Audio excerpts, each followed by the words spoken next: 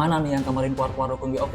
Udah lihat belum? Udah baca belum kalian cuitannya dari kantor Perdana Menteri Israel? Mereka menegaskan bahwa mereka menolak segala bentuk keterlibatan Palestina dalam administrasi jalur Gaza, dan mereka juga menolak segala bentuk simbol otoritas Palestina dalam proyek rekonstruksi jalur Gaza.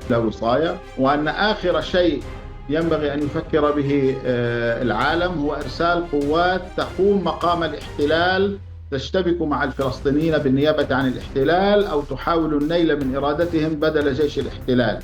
Kalau berita dari Israel, baru mereka bilang tentara Indonesia mau masuk. Tapi fungsinya apa? Mereka mau kerja apa? Untuk apa mereka mau datang ke sini? Belum tahu. Hai, Assalamualaikum buat semua yang sedang menonton video ini.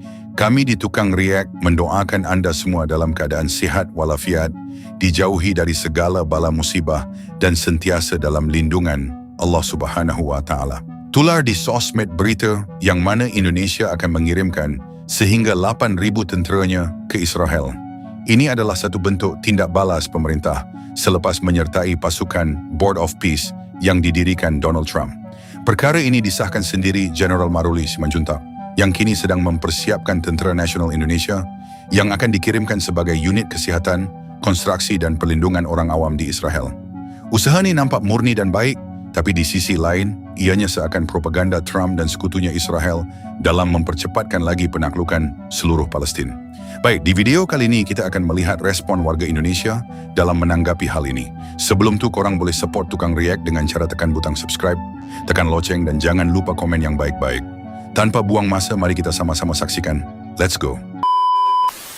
Bang, bahas Indonesia yang kirim 8.000 tentara buat bantu Israel. Astagfirullah. Kita baca, Indonesia sedang menyiapkan 8.000 tentara ke Gaza. Salah satu tugasnya bikin awik walk, melucuti senjata pejuang. Woi, yang bener aja. Jangan mau jadi tangan kanan Israel, melucuti pejuang Gaza. Nah, di artikel BBC sih emang bilang, salah satu tugas mereka adalah melucuti senjata Hamas. Nah, selama ini Hamas itu ngelindungin Palestina biar nggak dijajah sama Israel. Kalau senjatanya diambil, gimana cara mereka ngelindungin Palestina? Makanya MUI ngomong begini, MUI minta pemerintah tinjau ulang pengiriman pasukan ke Gaza. Ini yang ngomong adalah ketua MUI. Beliau bilang jangan sampai kita terjebak dan malah ngebantu Amerika dan Israel dalam menundukkan Palestina. Kalau amit-amit kita malah ngebantu Israel, banyak yang kecewa berat. Kita baca, sedih baca berita ini karena mungkin generasi penerus Palestina akan memandang berbeda negara kita. Perlu kita ingat, Palestina termasuk negara yang paling awal mendukung kemerdekaan Indonesia. Tak kebayang jadi orang Palestina yang terus dihianati berkali-kali dari semua sisi, bahkan sama Indonesia yang pernah mereka dukung kemerdekaannya. Patah hati yang gak terbayangkan. Ini kita bahkan belum ngomongin tentang negara kita yang harus nyicil iuran 17 triliun buat ikut Board of Peace ini. Semua bisa ngebaca di artikel-artikel ini. Di sisi lain ada berita ini, Kemhan pastikan kehadiran TNI di Gaza untuk rekonstruksi dan pelayanan medis. Jadi kita pantau aja nih nanti jadinya kayak gimana. Semoga sih tentara kita bukan ngebantu Israel ya. Sejarah sudah pernah membuktikan pasukan perdamaian sering datang hanya untuk jadi penonton pembantaian. 30 tahun lalu dunia menyaksikan tragedi di Bosnia. Di bawah pengawasan pasukan perdamaian PBB, ribuan warga sipil di Srebrenica tetap dibantai. Mereka berharap perlindungan, tapi yang mereka dapat hanya diam. Dunia melihat pasukan ada di sana, tapi nyawa tetap melayang. Dan hari ini pola itu seperti diulang. Indonesia mengirim 8.000 tentaranya ke Gaza dan Rafah. Pertanyaannya sederhana, untuk apa? Karena di saat yang sama, Israel justru masih melakukan agresi militernya ke Gaza. Kalau pihak yang melanggar masih aktif bergerak, lalu misi perdamaian ini sebenarnya untuk melindungi siapa? Lebih menyakitkan lagi, sebagian warga Palestina sendiri menyatakan bahwa mereka tidak membutuhkan tentara asing ada di tanah mereka. Kalau yang dilindungi merasa tidak dilindungi, kalau yang ditolong merasa tidak ditolong, lalu maka ini apa? Sejarah sudah memberi pelajaran pahit. Pasukan tanpa keberpihakan hanya akan menjadi saksi tragedi berikutnya. Indonesia yang selama ini lantang membela kemerdekaan Palestina, apakah sekarang berada di barisan para pembunuh? السلطات الإندونيسية أنها لربما ترسل عدة آلاف لربما حتى 8,000 جندي يشاركون فيما يعرف بقوة الاستقرار في قطاع غزة. ما موقفكم من هذا الإعلان من قبل الحكومة الإندونيسية؟ نحن أبلغنا كل الأطراف بما في ذلك الحكومة الإندونيسية أننا كفلسطينيين لا نحتاج إلى وصاية، وأن آخر شيء ينبغي أن يفكر به العالم هو إرسال قوات تقوم مقام الاحتلال تشتبك مع الفلسطينيين بالنيابة عن الاحتلال أو تحاول النيل من إرادتهم بدل جيش الاحتلال.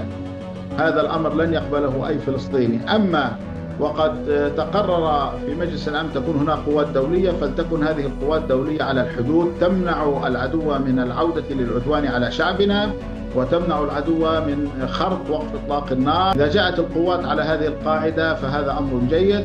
أما في داخل غزة وبين أبناء شعبنا فالأمر أمر فلسطيني والقرار فلسطيني، وهناك لجنة إدارية ستتولى إدارة شؤون قطاع غزة، والفصائل الفلسطينية بما فيها حركة حماس قد توافقت على دعمها ومساعدتها لتقوم بواجبها على أكمل وجه، لأن هذا هو خدمة لشعبنا وخدمة لأهلنا في قطاع غزة. أما أن يحاول البعض دفع هذه القوات لتشتبك مع الشعب الفلسطيني فهذا أمر ينبغي أن ترعاه وأن ترفضه أي حكومة في العالم، لا سيما أن العالم رأى الوحشية التي تعرض لها الفلسطينيون ورأى طبيعة الإبادة التي تعرض لها الفلسطينيون، ولا أظن أن هناك حكومة حرة وحكومة تريد مصلحة الشعب الفلسطيني يمكن أن تقبل بأن يدفعها الإسرائيلي لتلعب دور البديل عنه في مواجهة الفلسطينيين أو محاولة التصدي لإرادته. لكن أنا فهمت من جزء من حديثك، وصحح لي سيد أسامة حتى نكون أكثر دقة، أنكم تحدثتم لدول عدة فيما يخص مسألة إرسال قوات لقطاع غزة منها إندونيسيا، فهل هذا فهمي للأمر صحيح؟ هذا صحيح، وكان موقفنا واضحا. وسمعنا من هذه الدول جميعا كلاما واضحا أنهم لن يكونوا طرفا في تنفيذ الأجندة الإسرائيلية بحق الشعب الفلسطيني أو في الاعتداء على الشعب الفلسطيني. هذا الكلام سمعتوه نصا من الحكومة الإندونيسية أنهم لن يكونوا طرفا أو منفذين لأي أجندة إسرائيلية داخل قطاع غزة. نعم، ونحن أكدنا أن هذا حتى يتحقق بشكل صحيح فلا بد أن يكون باستقرار القوات على الحدود والفصل بين الفلسطينيين وبين الاحتلال ومنع الاحتلال من العودة للعدوان على الشعب الفلسطيني. يعني أنتم أيضا لا تقبلون، لأنهم بيتحدثوا عن حوالي 20,000 في الإجمال جندي قوة الاستقرار، لا تقبلون بهذه القوات أن تكون داخل قطاع غزة. أنتم ترون أنه يجب أن تكون هذه القوات على الحدود أو الفصل بين الفلسطينيين وبين الاحتلال الإسرائيلي. أولا هذا هو ما كان واردا في رسالة الرئيس ترامب، أن هذه القوات ستفصل أو تمنع وقوع العدوان أو الاشتباك مرة أخرى. وثانيا هذا هو موقف وطني فلسطيني جرى التوافق عليه بين كل الفصائل، وهو موقف تلتزم به حركة حماس وتصر عليه وكذا الفصائل. وبالتالي أنا أعتقد أن دول العالم التي وقفت ضد العدوان الإسرائيلي موقفهم الرافض في استمرار الإبادة بحق شعبنا، وأكدوا استعدادهم للقيام بما من شأنه حماية الشعب الفلسطيني. كل هذا نتيجته أن تكون هذه القوات قوات فصل تمنع العدوان الإسرائيلي وتمنع قيام إسرائيل بالعودة إلى الإبادة. Berita terbaru teman-teman, media Israel melaporkan Indonesia menjadi negara pertama yang mengirim pasukan perdamaian ke Gaza. Ini sejarah baru teman-teman. Jenderal Maruli Simanjuntak telah konfirmasi bahwa TNI lagi siapin pasukan khusus yang fokusnya kepada konstruksi dan kesehatan. Tugasnya mulia, membangun ulang Gaza yang telah hancur. Nah, tunggu, tapi kita harus wanti-wanti dan waspada kepada pemerintah. Jangan sampai misi mulia ini disusupi agenda asing yang ingin meluncuti senjata pejuang Palestina, yang dimana mereka masih merasa dijajah dan dibom oleh Israel. Sampai saat ini, teman-teman, TNI kesana harus murni buat kemanusiaan, membangun dan membantu Gaza kembali pulih. Kita tolak kalau mandatnya melenceng. Setuju, teman-teman? Follow gua untuk kita kawal terus misi Garuda sampai tuntas. Masih terus berjalan ya. Jadi kan kami menunggu dari hasil koordinasi ke yang mengkoordinir di Gaza. Assalamualaikum teman-teman. Banyak yang nanya saya, tentara Indonesia udah sampai Gaza atau belum?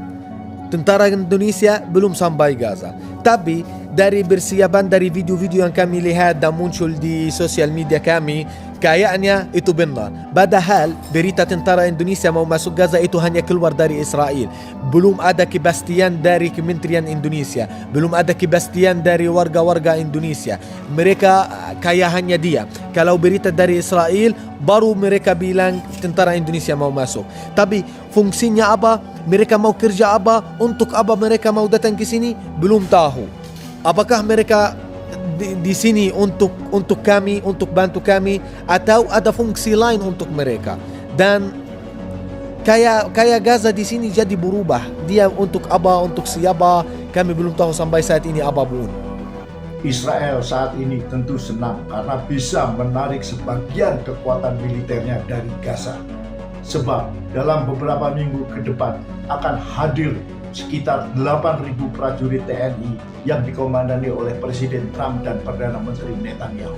Selain menghemat biaya karena kehadiran prajurit TNI di Gaza atas biaya rakyat Indonesia, mereka juga bisa dimanfaatkan sebagai alat propaganda oleh Israel untuk menunjukkan kepada dunia, bahkan negara Islam terbesar pun telah berada di pihak Israel dan siap untuk menghadapi perlawanan dari para pejuang kemerdekaan Palestina, Hamas, yang sampai sekarang masih belum bersedia meletakkan senjata. Tak hanya itu, pemerintah Israel memanfaatkan kehadiran pasukan asing ini dengan memutuskan untuk memperluas wilayah pendudukan dan kendali terhadap wilayah tepi barat karena memiliki kekuatan tambahan yang ditarik dari Gaza.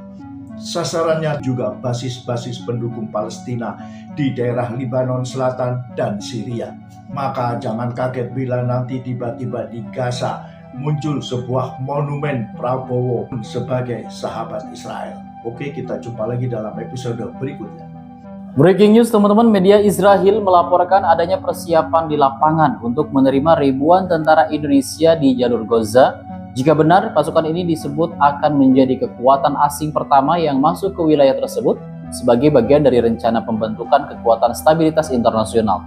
Menurut otoritas media Israel, rencana ini dikaitkan dengan upaya yang diusulkan Presiden Amerika Serikat yaitu si Trump untuk mengakhiri perang Israel di Gaza. Area yang disebut akan digunakan berada di Gaza bagian selatan, tepatnya di antara kota Rafah dan Khan Yunis. Pihak Israel mengklaim lokasi tersebut sudah dinyatakan siap, namun pembangunan fasilitas dan perumahan bagi pasukan tersebut masih membutuhkan waktu beberapa minggu ke depan. Jadi ya, kita berharap aja misi ini berhasil, dan kalau tidak berhasil berarti cuman omon-omon doang, seperti itu ya. Jadi gimana tanggapan teman-teman? Silahkan kalian tulis di kolom komentar. Yang pastinya tetap kita terus menyuarakan Palestina, jangan pernah katakan lelah. Teruslah berisik di sosial media. Jika kalian ada sebagian harta, bantulah dengan sebagian harta. Jika tidak, maka terus langitkan doa yang terbaik untuk saudara-saudara kita di Gaza, Palestina. Jadi begitulah reaksi warga Indonesia dalam menyingkapi hal ini. Rata-rata mereka semua tidak setuju Indonesia menghantar sehingga 8.000 tentara ke Gaza. Bahkan dalam klip video tadi wakil kanan Hamas di Lebanon, Osama Hamdan, ketika ditanya tanggapan tentang rencana akan mengirimkan 8.000 tentara pengaman ke Israel yang dibentuk Donald Trump, sangat mengejutkan kita. Katanya, kami tidak perlukan pihak asing untuk mengarah bangsa kami, dan Indonesia seharusnya faham bahwa pengiriman kekuatan di bawah bendera penjajah, yaitu Israel, hanya memperalatkan Anda menghadapi saudara sendiri di Gaza. Isyarat ini sebenarnya sudah jelas bahwa usaha halus Donald Trump membantu Israel untuk melenyapkan Gaza seterusnya menguasai seluruh Palestina. Memang itulah cita-cita mereka sejak dulu. Amerika Syarikat sangat banyak menyumbang dana, senjata, tentara ke Israel semata-mata hak tewaskan Hamas. Takkanlah Presiden Indonesia, Prabowo Subianto, masih tak terhidu rancangan hebat mereka ni? Kami di sini bukanlah nak membawa narasi kebencian, melainkan kami bercerita berdasarkan fakta, data dan logik akal. Apa yang dapat kami simpulkan? Pada hemat kami, selagi tentera Indonesia tidak memerangi tentera Hamas dan tidak membantu Israel untuk memusuhi Hamas, ianya baik-baik saja. Tapi usaha ni kalau difikirkan semula adalah hasil pemikiran Trump yang tidak akan mahu mengiktiraf Palestin. Sangat banyak bukti Trump dan Presiden Israel mahu melenyapkan Gaza. Orang macam nikah kita nak berurusan dalam kedamaian. Mulut pandai berbicara pasal kedamaian, tapi fakta cukup membuktikan mereka tidak suka pada kedamaian. Beratus kali dah gencatan senjata, tapi mereka juga yang angkat senjata lebih dulu. Hamas berhak mempertahankan Gaza dan segala yang masih tersisa dari jatuh ke tangan Israel. Selagi tentera Israel masih angkat senjata dan membedil warga Gaza, selagi itulah Hamas kekal mempertahankan hak Palestin. Jadi buat pemerintah Indonesia, korang fikirlah 100 kali sebelum hantar pasukan tentera ke sana. Bukan apa, sangat amat mustahil untuk mendamaikan Israel dan Palestin. Takut-takut hasil campur tangan korang yang dapat hanyalah fitnah ke satu dunia. Cubalah korang relatedkan kejadian akhir zaman dalam Al-Quran dengan apa yang terjadi sekarang. Lepas tu korang fikir baik-baik tau.